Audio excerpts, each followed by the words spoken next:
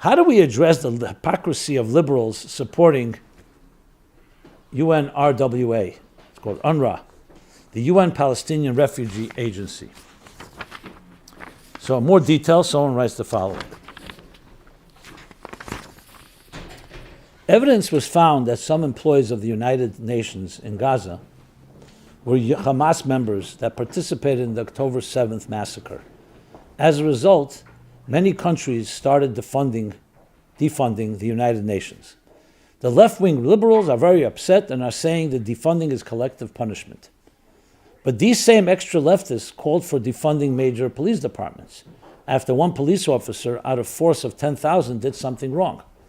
But when it suits their politics, it suddenly is not collective punishment. It is not collective punishment. How do we explain such hypocrisy? How does the Torah advise us to deal with such people? Should we try to have conversations to show them their hypocrisy, or are they so brainwashed it's hopeless and it won't matter what we say to them? I think it's case by case. I think many are brainwashed, and you have to choose and pick and choose your battles. Some impossible to talk to. I know, I've tried, I meet people and I see. But there are quite a few you could speak to. It's very infuriating because they have their own narrative and they just completely distort and lie. And there's always the consideration of serious anti-Semitism in there as well. That's why there's the double standard, which they'll never admit. They'll find all kinds of justifications. So you have to be wise where to spend your time. Should you spend time?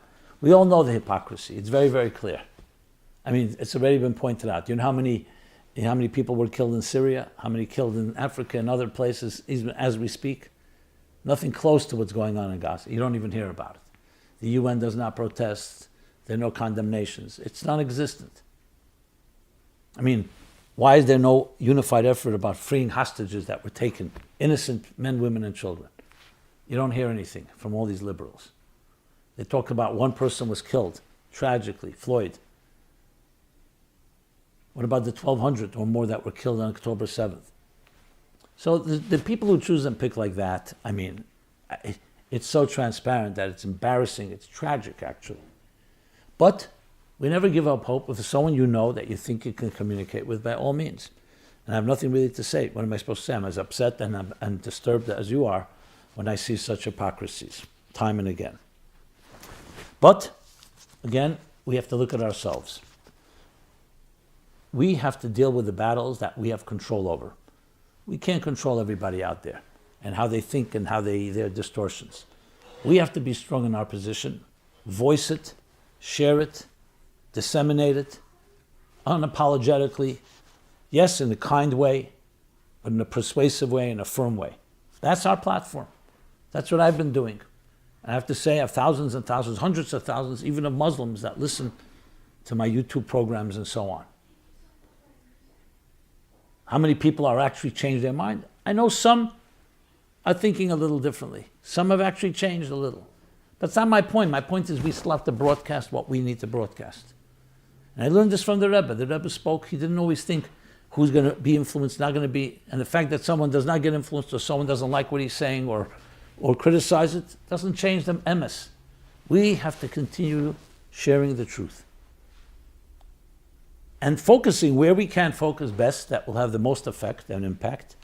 And we believe firmly, just as Avraham Avinu did almost 4,000 years ago, that emes yeda darkei, the truth will show the way, and it will prevail, and it will conquer the world and transform it into a world of Geula Mashiach.